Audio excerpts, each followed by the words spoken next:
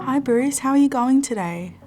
Hi, Sian. I'm going okay, I guess. Some days are better than others. Can be a bit of a struggle. Do you want to tell me a bit more about that, Bruce? Oh, well, Sian, Margaret's loss is just so intense. At times, it's been over 12 months now since she's died, and we'd been together for over 40 years, and it really hits hard some days. I thought I would have been feeling better more often, but it's a real struggle. And people sort of say time heals, and I'm feeling that I'm not getting that. It just really hurts day after day. Of course, she was such a big part of your life, wasn't she? Oh, Sian, she was the love of my life.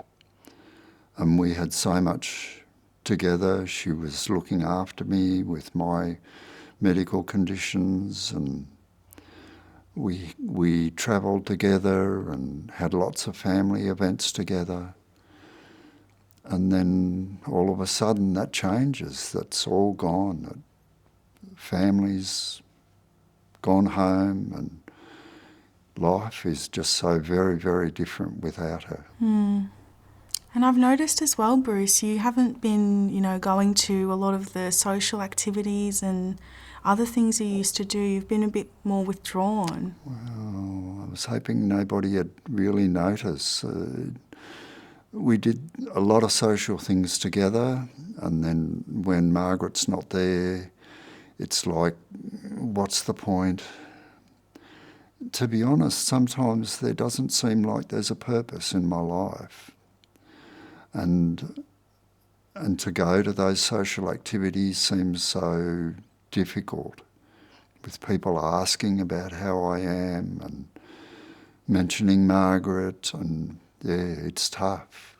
So it's easier to stay at home and not think about having to talk to other people about those things that have gone on. Sounds like it's been really difficult for you lately, Bruce. Oh, it has been difficult, Sian. There are times when I just feel like a burden to everybody. To be honest, there are times when I think that when I go to sleep, it would be best for everybody if I didn't wake up. And I don't know where that takes me, but I do. I wake up and then I think, oh, another day. Bruce, you mentioned, sometimes you wish you didn't wake up. Sometimes when people think these things, they're thinking about taking their own life. Is that something that you've been thinking about or something that's been crossing your mind lately? I just don't like to talk about it really, but sometimes I've thought about taking my own life, that the thoughts get that bad. And have you thought about a plan, Bruce? Have you got a plan? Oh, not really, Sian. I've thought about different things, and you hear different things from people, and I get the thought that I'd let the family down and there'd be some disappointment if I were to develop a plan and take it a bit further. So no, not really. Well, thank you for sharing with me, Bruce. Has there been anyone else that you've let know that you've been feeling this way? It's really the first time that I've spoken about it openly like this. Um, I've been a fairly sort of private person, and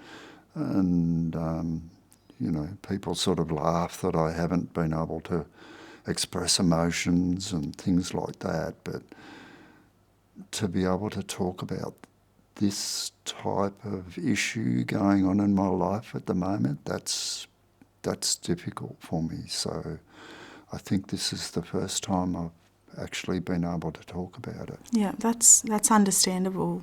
There's a lot of people that, struggle with thoughts about suicide, but there is help out there. And often the hardest step is letting people know. So I really appreciate that you've let me know how you've been feeling. And it's up to you, but how do you feel about maybe thinking about some options of support or other people or services we might be able to get in touch with to help you kind of manage how you're feeling at the moment? Well, some options could be good. I've felt so alone in this. It's been such a new experience for me to feel so devastated by Margaret's death. So some supports may be good. Great. Something we can look at doing is what's called a safety plan.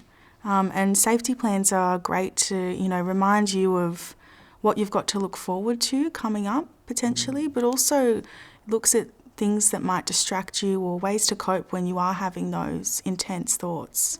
While we're talking about that, did you want to maybe get some things down on some paper and we can run through a bit of a safety plan? That sounds like it could be a good idea.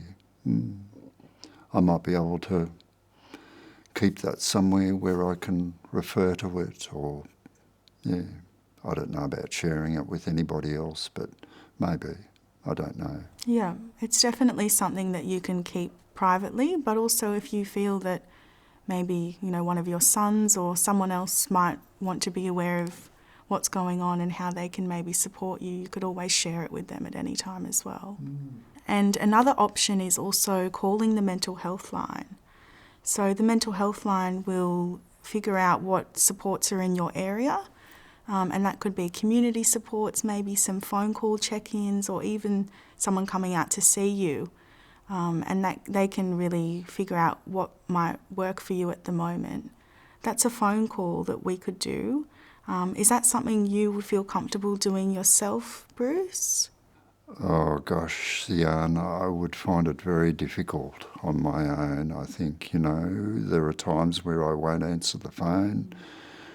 And when you talk about someone possibly coming out, to go through this again with someone would be very difficult.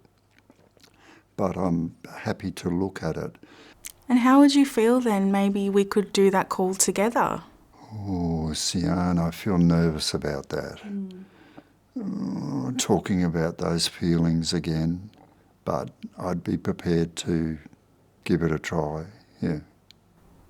It sounds great, Bruce. How about I go make us a cuppa and then we can maybe make that call? Okay, that sounds good.